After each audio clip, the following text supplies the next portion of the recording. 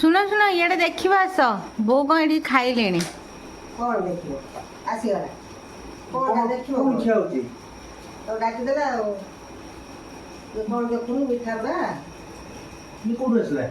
ଆସିଥିଲା ମୋର କିଣା ତ ଦିନରେ ଖାଇଲୁ?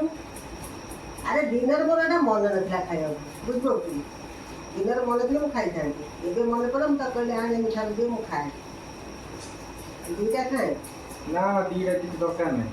ଆଉ ଦିନରେ ଖାଇଥିଲେ ଖାଇ ଦେଇଥାନ୍ତୁ ହେଲେ।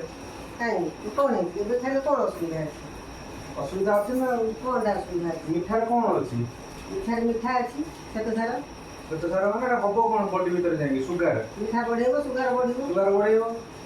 ଦିନରେ ଖାଇଲେ ଯେତିକି ସୁଗାର ବଢିବ ରାତିରେ ଖାଇଲେ ତାଠୁ ଅଧିକା ବଢିବ। ସତରେ ହଁ ଯେତେବେଳେ ତୁ ମିଠା ଖାଉଛୁ ବଡିରେ ଇନସୁଲିନ ଟା ଆସିବ ତାପରେ ସୁଗାର ବଢିଲା ମାନେ ସାଙ୍ଗେ ସାଙ୍ଗେ ଇନସୁଲିନ ଆସିବ।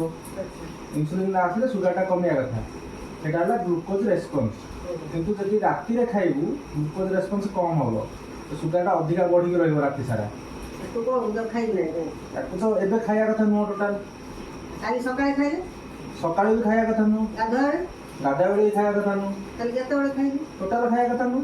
ନା ନା ମୁଁ ଖାଇବି ମାନେ ଭାବିଛି ମାନେ ଖାଇବି ମଝିରେ କୋଉଠି ମାସକୁ ଥରେ ବାସ୍ ଖାଇବା। ମୁଁ ତ ଏଇ ମାସେ ହେଲା ଖାଇନି କି 20 ଦିନ ହବ ଖାଇନି ତାହେଲେ କାଲି ଖରାବେଳେ ଖାଇବା ଆଗରୁ ଖାଇଦବୁ। ଭାତ ଖାଇବା ଆଗରୁ। ଭାତ ଖାଇବା ଆଗରୁ ଖାଇଦବୁ।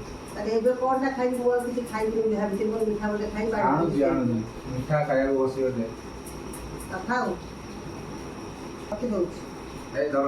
ଆଣେ କ'ଣ ଖାଇବି ଏଇଆ ହୁଁ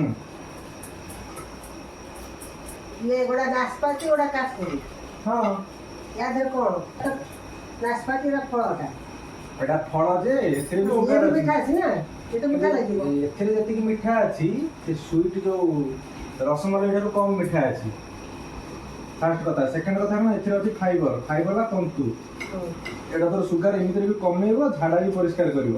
କାକୁଡ଼ିଟା ନାହିଁ କାକୁଡ଼ି ମିଠା ନାହିଁ କାକୁଡି ମିଠା ନାହିଁ କାକୁଡିରେ ଅଛି ଫାଇବର ଆଉ ପାଣି ତେଣୁ ଏଇ ଦିଟା ତୋର ରାତିରେ ଠିକ ଠାକ ରହିବ ଖାଇବା ପାଇଁ। ଖାଇଲା ରାତିରେ ପାଣି ପିଇବେନି ହଁ ପାଣି ପିଇବୁ କିଛି ଅସୁବିଧା ନାହିଁ। ପାଣି ଅଛି ନା ତେଣୁ କାଲି ମିଠା ଖାଇଦବ ଏବେ ମିଠା ଖାଇବା ଦରକାର ନାହିଁ।